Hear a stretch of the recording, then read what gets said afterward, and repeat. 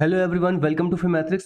दोस्तों, आज की वीडियो सच में बहुत ही खास होने वाली है क्योंकि हम लोग कहीं ना कहीं बचपन से ये जब जो जरूर जानते हैं कि अगर किसी भी बेस की पावर जीरो होती है तो उसको हम लोगों ने याद कर लिया है कि उसका आंसर वन होता है। लेकिन कभी कभी तो दिल गवाह ही नहीं देता कि आफ्टर ऑल किसी की पावर जीरो होने पर वन कैसे हो सकता है। तो दोस्तों, आज उन सभी की भ्रांति हम दूर करने वाले हैं, उन सभी का सलूशन देने वाले हैं कि कैसे किसी भी बेस की पावर जीरो रखने पर आपका आंसर वन आता है। और ये एकदम करेक्ट है, ये कोई एक मनगढ़ंत भी नहीं है कि बस किसी ने रख दिया, कोई मैथमेटिशियन ने जो बताया है, जो आपको बताया, बहुत ही कॉन्क्रीट आइडिया है। बस बात है हमें दिल से उसे समझने की, ना कि सिर्फ याद करने के लिए। तो दोस्तों, इस कॉन्सेप्ट को मैं आज आपको दो तरीकों से आपको दिखाने की कोशिश करूंगा, जहां पे दोनों ही तरीका जो है बहुत ही पावरफुल है आपको समझने के लिए कि आफ्टर ऑल किसी भी बेस की पावर जीरो पर वन क्यों होता है। तो बिना किसी देरी के चलिए शुरू करते हैं वीडियो। तो दोस्तों, ए की पावर जीरो, यहां पर ए हमारा कोई भी बेस हो सकता है, ठीक है ना। आपका कोई भी रियल नंबर का बेस हो सकता है और पावर तो जीरो है ही है। तो उसका वन कैसे होता है यही हमें समझना है, जो कि हम लोग जानते तो हैं वन होता है क्योंकि याद कर लिए, लेकिन आपको आज दिल से ये आपको पता चल जाएगा कि आफ्टर ऑल ये कैसे होता है। तो आपको कोई कंफ्यूजन नहीं होगी। इसके लिए दो आइडिया मैंने कहा बताऊंगा, दो अप्रोच के थ्रू बताऊंगा। तो पहले समझते हैं।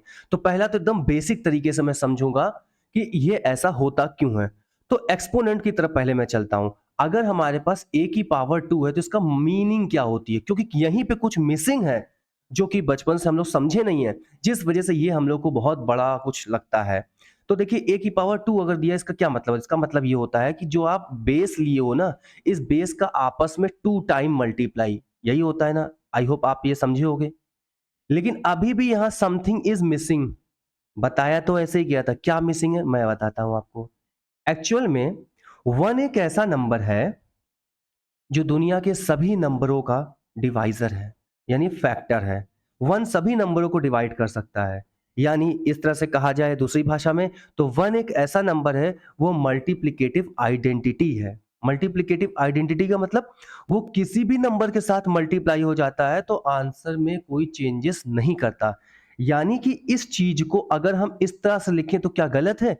वन जो कि हमेशा मल्टीप्लाई हम किसी भी नंबर से कर सकते हैं, इनटू लगाएं और फिर हम बोलें कि जो ए की पावर टू लिखिए, इसका मतलब होता है ए को आपस में टू टाइम मल्टीप्लाई। तो क्या ये और ये दोनों सेम है कि अलग? पहले ये बताइए आप।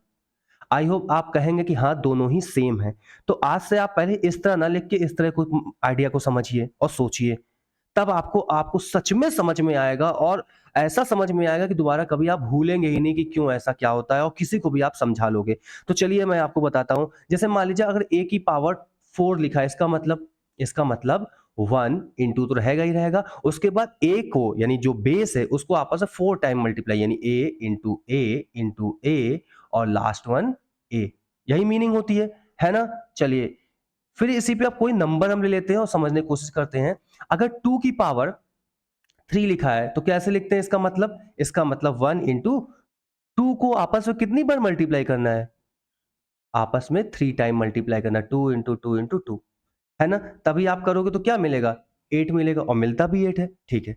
इसी प्रकार से अब हम इसको आगे थोड़ा और बढ़ाएं, और मगर मैं कहूं टू की पावर टू का मतलब क्या होता है, तो आप कहोगे वन इंटू टू को आपस में टू टाइम मल्टीप्लाई। जी हाँ, फोर आ गया, ठीक है, ये भी बहुत बढ़िया है। नेक्स्ट अगर हम बात करें तो आप बताओ कि यहां पर टू की पावर वन का मतलब क्या है? वन इंटू टू को आपस में कितनी बार मल्टीप्लाई करना है? वन टाइम, तो टू।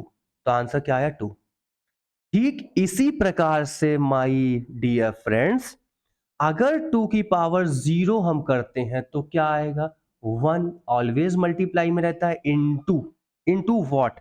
टू को रिपीटिव मल्टीप्लाई करना है। देखो यहां पर टू को कितनी बार रिपीटिव मल्टीप्लाई करना है? Zero time. जीरो से नहीं, zero time, zero bar. Zero bar का मतलब क्या हुआ? जीरो टाइम का मतलब क्या हुआ? जीरो टाइम्स का मतलब नथिंग, एक भी बार मल्टीप्लाई आपको नहीं करना है। क्या है? नथिंग, मतलब एक भी बार आपको मल्टीप्लाई नहीं करना है। तो जब वन ऑलरेडी आपके पास है, इनटू नथिंग, किसी से मल्टीप्लाई नहीं करना, तो आंसर क्या आएगा? वन। देखा ना। यानी कि टू की पावर जीरो क्या आ गया आपका आंसर? वन। जो कि शुरू से हर किताब में, हर टीचर ने बस आपको याद कराया है कि 2 की पावर 0 1 होता है, 3 की पावर 0 1 होता है, 5 की पावर 0 1 होता है, एनीथिंग की पावर मतलब कुछ भी बेस ले लो, कोई भी रियल नंबर की ले लो, उसका हमेशा 1 होता है। तो क्यों होता है? आई होप आप समझ गए होगे कि वन थिंग इज़ मिसिंग, कि हमेशा जब भी हम लोगों को किसी ने बताया कि 5 की पावर 3 तो सीधे बता दिया 5 इंटू 5 इंटू 5। कभी ये नहीं बताया, जानते तो हैं कि मल्टीप्लिकेटिव आइडेंटिटी 1 होती है, लेकिन कभी ये नहीं बताया कि इंटू 1 भी तो कर सकते हो, और 1 हमेशा होता ही होता है। तो जैसे आप 5 की पावर 0 करोगे, तो आप 1 इंटू 5 को कितनी बार मल्टीप्लाई करना है? 0 टाइम आपस में मल्टीप्लाई करना है, मतलब एक भी बार नहीं करना। 0 का मतलब नथिंग। तो आफ्टर ऑल क्या आया? तो आप देख सकते हो क्या आया? 1। तो इस तरह से आप प्रूफ कर सकते हो कि किसी भी नंबर का पावर जो 0 है वो 1 क्यों होता है। आई होप ये बहुत ही बेटर तरीका है किसी को समझाने के लिए क्यों होता है। ये तो हमारी बचपन से गलती है ना कि हम लोगों ने मल्टीप्लिकेटिव जो हमारा 1 होता है उसको लेके नहीं चला, उसको छोड़ दिया। क्यों ले छोड़ दिया? क्योंकि फाइनली अगर मान लो कोई नंबर आता था 25, इससे मल्टी 1 से किया तो कोई 25 ही आता है, तो जनरली इसको छोड़ देते हैं। लेकिन इसी आइडिया को छोड़ने की वजह से आगे बहुत बड़ी प्रॉब्लम हो जाती है, जैसे कि इसमें इस केस में हुआ। ठीक है ना? आइए अब इसी को हम लोग किसी एक दूसरे अप्रोच से समझते हैं। वैसे तो हमारा ये पहला अप्रोच जो मैंने आप लोग को बताया वो बहुत ही पावरफुल रहा, आपको अच्छे से समझ में भी आया होगा इसका कॉन्सेप्ट कि क्यों ऐसा है। लेकिन फिर भी दूसरे को भी समझते हैं। चलिए अब यहाँ पे समझते हैं a की पावर 0 इज इक्वल टू 1 क्यों होता है। a कोई भी बेस हो सकता है, ठीक है ना? आपको मैंने जैसा ऊपर भी बताया। तो देखिए दूसरा आइडिया लेते हैं। बेस में लेट्स से हमने यहाँ पे ले लिया, आप कोई भी नंबर ले सकते हो। a is equal to let's say हमने ले लिया 2 ले लिया, ठीक है ना? अब आपको मैं क्या करने वाला हूँ देखिएगा। मैं यहाँ पर आपको दिखाने के लिए कुछ पैटर्न एनालाइज कराऊंगा आपको। उस पैटर्न एनालाइज के थ्रू भी आप बताओगे क्या होगा। देखो 2 की पावर अगर 1 लिखे तो इसका मतलब आप समझ गए हो 2 होता है, ओके। 2 की पावर 2 का मतलब क्या होता है? 4 होता है, ठीक है। 2 की पावर 3 का मतलब क्या होता है? 8 होता है। 2 की पावर 4 का मतलब क्या होता है? 16 होता है, आप कर लोगे। इसी तरह से 2 की पावर 5 का मतलब 32 होता है। अब ऐसे जितना चाहो आप लिखते चले जाओ। बात समझ रहे हो नहीं समझ रहे हो? जितना चाहो आप ऐसे लिखते चले जाओ, ठीक है। पैटर्न मुझे एनालाइज कराना है जो कि इतना काफी है समझने के लिए। अच्छा अब ये बताइए, अगर आपको 2 की पावर 5 अगर दे दिया, अगर आपको प्रीवियस वाले टर्म में जाना हो तो आप क्या करोगे?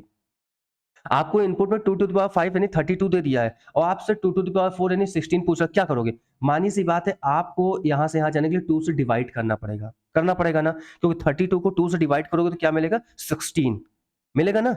ठीक इसी प्रकार से देखो यहाँ पे क्या हो रहा है, ये राइट साइड में आपको 2 से डिवाइड किया तो 16 आ गया, किसका आ गया? 2 की पावर 4 का, यानी 2 पावर 5 से 2 पावर 4, यानी पावर में देखा जाए तो 5 माइनस किया 4 यानी पावर 4 आ गया, ठीक है ना। अगर अब और ऊपर जाए तो अगर हम 16 पे इस समय खड़े हैं और हमें 8 पे जाना है तो क्या करेंगे? फिर से 2 से डिवाइड करेंगे। फिर ऊपर जाना हो तो क्या करेंगे? फिर 2 से डिवाइड करेंगे। फिर ऊपर जाना हो तो क्या करेंगे? फिर 2 से डिवाइड करेंगे। आप देख रहे हो ना? 4 को अगर 2 से डिवाइड करोगे तो क्या मिलेगा? 2 मिलेगा। और अगर 2 पे हम खड़े हैं और इस 2 से फिर अगर एक स्टेप ऊपर जाना हो तो क्या करेंगे? फिर 2 से डिवाइड करेंगे और 2 को जब 2 से डिवाइड करोगे तो क्या मिलेगा? 1। आप यहां लिखोगे 1 इक्वल, अब यहां पे देखो पावर कैसे घट रही है, 2 की पावर 1 डिक्रीज हो रही है, तो ये प्रीवियस वाली ये देखो 1 थी, अगर तो यहां पे क्या आने वाला है? 0।